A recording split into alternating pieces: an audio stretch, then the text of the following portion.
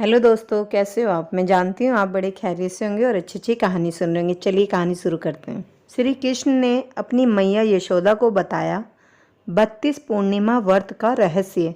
क्या था वो रहस्य, चलिए जानते हैं। पुरानी कथाओं के अनुसार द्वापर युग में माता यशोदा ने श्री कृष्ण से कहा, हे कन्हैया, तुम सारे संसार के उत्पन्न करता, पालन पोषण करता और सहकार करता हो।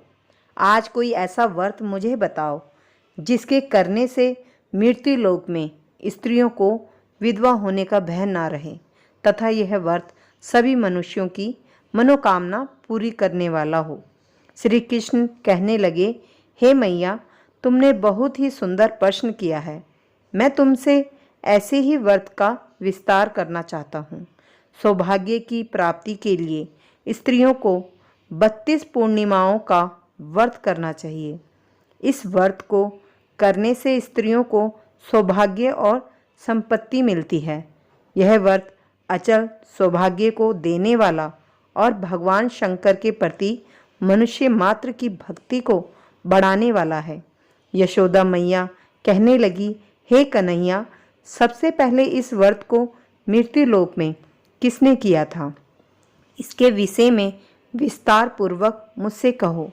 श्री कृष्ण कहने लगे कि मैया, इस पृथ्वी लोक पर बहुत समय पहले एक बहुत ही प्रसिद्ध राजा चंद्रहास की कार्तिका नाम की एक नगरी थी। वहाँ रामेश्वर नाम का एक ब्राह्मण था और उसकी पत्नी बड़ी ही सुशील और रूपवान थी। दोनों ही उस नगरी में बड़े ही प्रेम से रहते थे।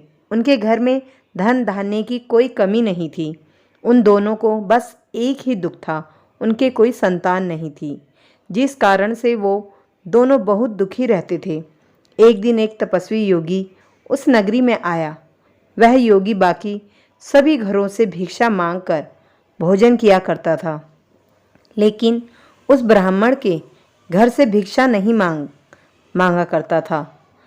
एक दिन योगी गंगा किनारे भिक्षा मांगकर प्रेम पूर्वक खा रहा था कि रामेश्वर ने योगी को यह सब करते देख लिया। अपने घर से भिक्षा ना लेने से दुखी होकर रामेश्वर ने उस योगी से कहा, आप और सब घरों से तो भिक्षा लेते हो, परंतु मेरे घर से भिक्षा कभी नहीं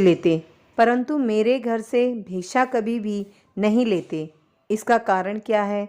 योगी कहने लगा कि आपका धर्म हमें इस बात की आज्ञा नहीं देता है, क्योंकि अभी आप गृहस्थ जीवन में एक सुख से वंचित हैं। आपके घर संतान होने पर मैं आपके घर से भी भिक्षा स्वीकार कर लूँगा। उन्होंने कहा कि जिसे संतान नहीं है उसके घर से भिक्षा लेने से मेरे भी पतित हो जाने का भय है। रामेश्वर यह बात सुनकर बहुत दुखी हुआ और हाथ जोड़कर योगी के पैरों पर गिर पड़ा तथा दुखी मन से कहने लगा कि आप मुझे संतान प्राप्ति के उपाय बताएं। आप तो स्वर्ग ज्ञानी हैं, मुझ पर अवश्य ही यह कृपा कीजिए। धन की मेरे घर में कोई कमी नहीं है, लेकिन मैं संतान ना होने के कारण अत्यंत दुखी हूँ। आप मेरे इस दुख का हरण कीजिए। यह सुनकर योगी कहने लगे, तुम चंडी की आराधना करो। घर पहुंचकर रामेश्वर ने सारी बात अपनी पत्नी को बताई और खुद वन में चला गया। वन में पहुंचकर उसने चंडी की आराधना की और उपवास किया। चंडी ने 16 दिन उसको सपने में दर्शन दिए और कहा कि हे रामेश्वर, जा तेरे पुत्र होगा, लेकिन उसकी आयु सिर्फ 16 वर्ष ही होगी। 16 वर्ष की आयु में ही उसकी मृत्यु हो जाएगी। अगर तुम दोनों स्त्री और पुरुष 32 पूर्णिमाओं का व्रत करोगे तो यह दीर्घ आयु हो जाएगी। जितना तुम्हारा समर्थ हो उतने ही आटे के दिए जलाकर शिवजी का पूजन करें, लेकिन पूर्णमासी 32 ही होनी चाहिए। सुबह होते ही तुम्हें इस स्थान के पास एक आम का पेड़ दिखाई देगा। उस पर चढ़कर एक फल तोड़कर अपने घर चले आना और अपनी पत्नी को इसके बारे में बताना। सुबह स्नान होने के बाद वह स्वस्थ होकर भगवान शंकर का ध्यान करके उस फल को खा ले, तब शंकर भगवान की कृपा से उसको गर्व हो जाएगा। जब ब्राह्मण सुबह उठा तो उसे उस स्थान पर आम का पेड़ दिखाई दिया और वह फल तोड़ने के लिए चढ़ा, लेकिन वह पेड़ पर चढ़ नहीं पा रहा था। यह देखकर उसे बड़ी चिंता हुई। उसने भगवान गणेश की उपासना की और कहा, हे गणेश जी, अपने भक्तों के विधानों का नाश करके उनके मंगल कार्य को करने वाले, दुष्ट का नाश करने वाले, रिद्धि सिद्धि देने वाले, आप मुझे इतना बल दें कि मैं अपनी मनोकामना पूरी कर सकूं। इसके बाद वह पेड़ से फल तोड़कर अपनी पत्नी के पास पहुंचा। उसकी पत्नी ने अपने पति के कहे अनुसार उस फल को खा लिया और वह गर्भवती हो गई। देवी की कृपा से उसे बहुत ही सुंदर पुत्र पैदा हुआ। उसका नाम उन्होंने देवीदास रखा। माता पिता के हर्ष और प्रेम के साथ वह बालक बढ़ने लगा। भगवान की कृपा से बालक बहुत ही सुंदर था, सुशील और पढ़ाई लिखाई में भी बहुत ही निपुण था। माँ दुर्गा के कहे अनुसार उसकी माता से 32 पूर्णमासी का व्रत रखा। जैसे ही लड़के को 16 वर्ष लगा तो दोनों पति पत्नी बहुत दुखी हुए, कहीं उसके पुत्र की मृत्यु ना हो जाए। उन्होंने सोचा कि अगर उनके सामने यह सब हुआ तो वह कैसे देख पाएंगे। तभी उन्होंने देवीदास के मामा को बुलाया और 1 वर्ष के लिए देवीदास को काशी में पढ़ने के लिए भेज दिया। 1 वर्ष के बाद उसे वापस लेकर आ जाना। देवीदास अपने मामा के साथ एक घोड़े पर सवार होकर चल दिया। उसके मामा को भी यह बात पता नहीं थी और दोनों पति पत्नी ने 32 पूर्णमासी का व्रत विधि विधान पूर्वक पूरा किया। दूसरी तरफ मामा और भांजा दोनों रात गुजरने के लिए रास्ते में एक गांव में रुके। उस दिन उस गांव में ब्राह्मण की कन्या का विवाह होने वाला था। जिस धर्मशाला में वर और बारात के बाकी लोग रुके हुए थे, उसी धर्मशाला में देवीदास और उसका मामा ठहर गए। उधर कन्या को तेल आदि चढ़ने के बाद जब लगन का समय आया तो वर की तबीयत अचानक खराब हो गई। वर के पिता ने अपने परिवार वालों से विचार विमर्श करके कहा कि यह देवीदास मेरे पुत्र जैसा ही है, मैं इसके साथ लगन करा दूं और बाद में बाकी सारे काम मेरे बेटे के साथ पूरे हो जाएंगे। ऐसा कहने के बाद वर के पिता देवीदास को मांगने के लिए उसके मामा के पास गए और उन्हें सारी बात बताई। मामा ने कहा कि कन्यादान में जो कुछ भी मिलेगा वह हमें दे दिया जाए। वर के पिता ने बात स्वीकार कर ली। इसके बाद देवीदास का विवाह कन्या के साथ संपन्न हो गया। इसके बाद वह अपनी पत्नी को साथ में भोजन ना करा सका और मन में विचार करने लगा कि ना जाने यह किसकी पत्नी होगी। यह सोचकर उसकी आंखों में आंसू आ गए। तब वधू ने पूछा कि क्या बात है, आप उदास क्यों हो? तब उसने सारी बात उसे बता दी। तब वह वधू कहने लगी, यह ब्रह्म विवाद के विपरीत है। आप ही मेरे पति हैं और मैं आपकी पत्नी रहूंगी, किसी दूसरी की कभी नहीं। तब देवीदास ने कहा, ऐसा मत करिए क्योंकि मेरी आयु बहुत कम है। मेरे मरने के बाद तुम्हारा क्या होगा? लेकिन वह लड़की नहीं मानी और बोली, स्वामी आप भोजन कीजिए। दोनों रात में सोने के लिए चले गए। सुबह देवीदास ने पत्नी को नगीनों से जड़ी एक अंगूठी दी और एक रुमाल दिया और बोला कि हे प्रिय, इसे लो और संकेत समझकर स्थिर चिता हो जाओ। मेरा मरण और जीवन जानने के लिए एक पुष्प वाटिका बना लो, उसमें सुगंधित वाली एक नाव मल्लिका लगा लो।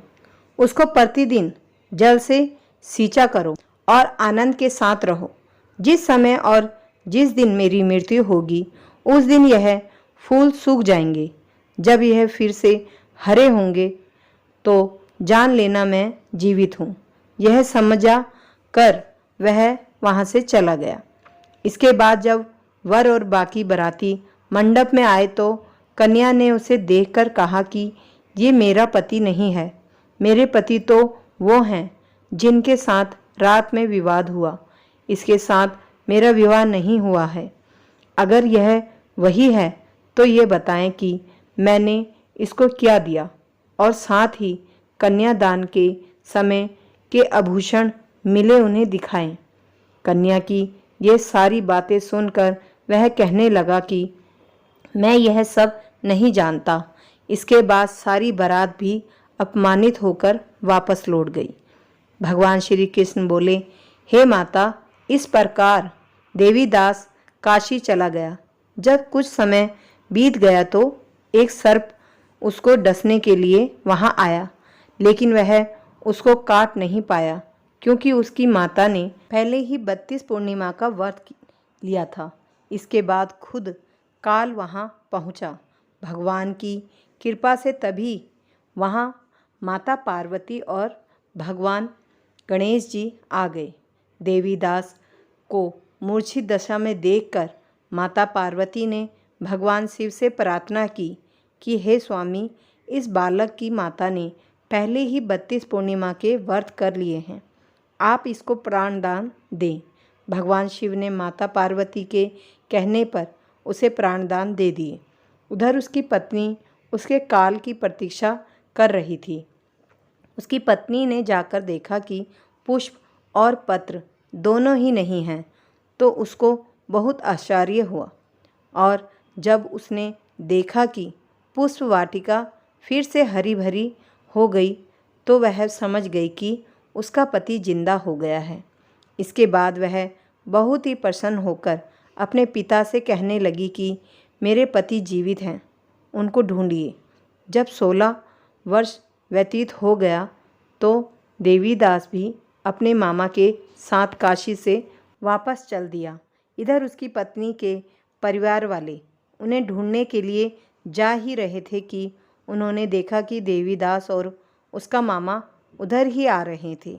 उसको देखकर उनके ससुर बहुत प्रसन्न हुए और उसे अपने घर ले आए। वहाँ पर सारा नगर इकट्ठा हो गया और कन्या ने भी उसे पहचान लिया। देवीदास ने इसके बाद अपनी पत्नी और मामा को लेकर वहाँ से चल दिया। उसके ससुर ने भी उसे बहुत धन दहेज दिया।